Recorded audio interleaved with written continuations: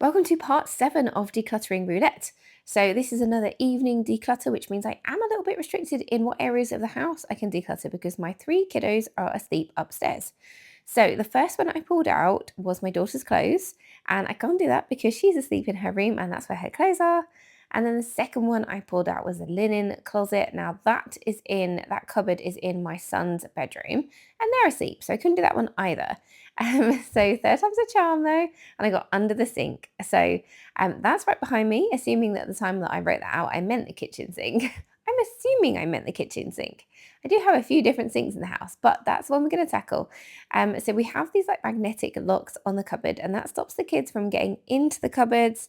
They can get into the drawers, but then we're careful about what we have in the drawers. Like for example, the bottom drawer, we just have all of our kind of plastic tableware, like the kids stuff and bottles for the kids and all that kind of, so they can actually like pull all the stuff out of that drawer and it's not really a big issue. And when the kids were younger, I mean, my youngest is 2.5, so she still likes to do this a bit. But when the boys are younger, like, I would actually just let them take all of the plastic stuff out of the drawer and have fun with it and then chuck it all back in. So they don't do that so much anymore. But my 2-year-old, she loves the spice rack, which is a pull-out drawer that we can't put a lock on because of the way it's configured. And it's just spices in there. So again, like it's not particularly problematic. Can be a nuisance when she manages to get the top off spice and like you end up with oregano all over the floor or whatever. But she loves it, and I can always tell when she's in there because it makes a distinctive noise, and like all of the spices that are in like glass tubs will make a clinking sound against each other as she pulls the drawer out, because she also, like, she doesn't know her own strength, or she doesn't know how much strength she needs to pull the drawer open, so she'll really go for it and it'll like clatter open. So I can normally get there to intervene before she goes too crazy in the spice drawer. So the one that we definitely don't want them getting into is this cupboard under the sink, because we have chemicals and cleaning stuff in there and dishwasher tablets and all of that stuff.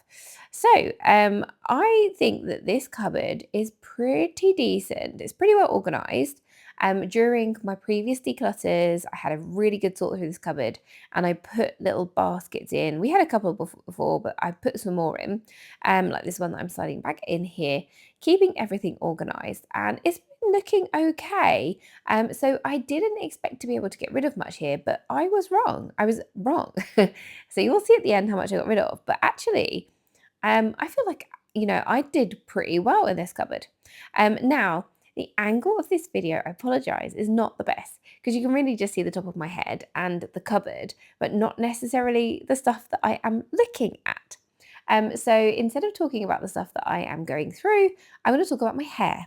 Which might sound a bit random to you, but when I did the first edit of this video, because like basically I edit the video, firstly put all of the clips together and I take off the sound and take out any like big gaps and all that stuff, and I have to save it, and then I do the voiceover. So when I was doing the first edit, I was like, wow, like you can really see my hair in this footage.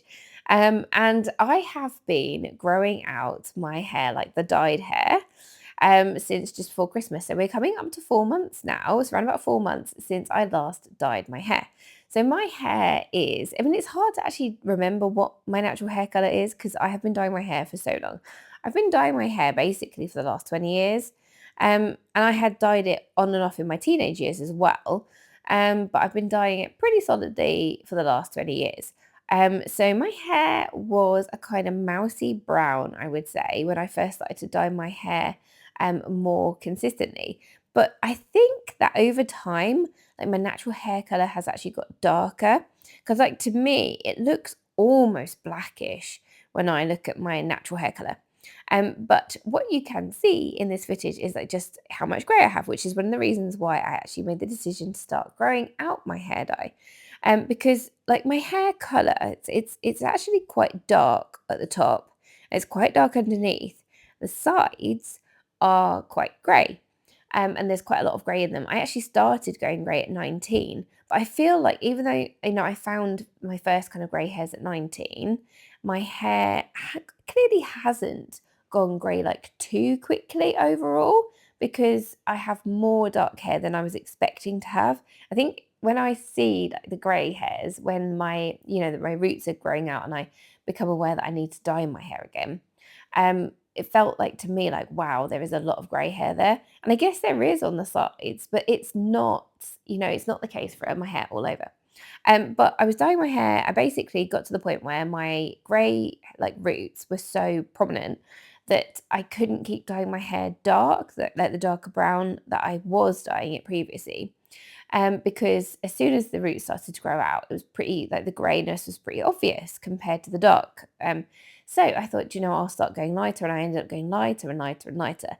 And then I was using this kind of like honey blonde colour, and that took pretty well to the top of my hair, the hair that had been kind of lightened in the sunshine, the hair that was most grey. But then the back of my hair, which was still very dark, then, the blonde wouldn't take to it. There's no like bleaching involved in what I was doing at home with my hair. So I got to the point where I thought, I really don't like the box hair dye. I don't like the colour that it gives me. I don't like the colour that my hair is now. I don't want to dye it brown because of the regrowth. So I have choice to make. Do I start going to a salon and paying for them to bleach my hair so that I have a more, even blonde colour? Or do I let my hair grow out? And I started watching loads of like online, on social media, little videos from people who were dyeing, who growing out their dye, and embracing the silver hair. Because I feel like that seems to be the more acceptable color to be calling grey hair now. So no one calls it grey, silver hair, or at least not if you're trying to embrace it. So I watched loads of videos, and I just wanted to understand like what the process of growing it out would be, because from what I understand now and from talking to my hairdresser, it's going to take me about 2 years to get my hair down to like chin level, and to the point where I could like realistically cut all of the dyed hair off, which is quite a long time. And if you'd asked me previously, because I felt like my hair was growing really quickly, right? Because the roots were coming through really rapidly. I was having to dye my hair every 4 weeks. But the reality is, it doesn't grow that quick. So, 4 months, it is becoming more noticeable. And I think I've got to that point now where people around me must notice it. And I have to say, I haven't had any comments from people, without it being a topic that I've raised, and I'm just not raising it really with like friends. I'm not going to kind of highlight it.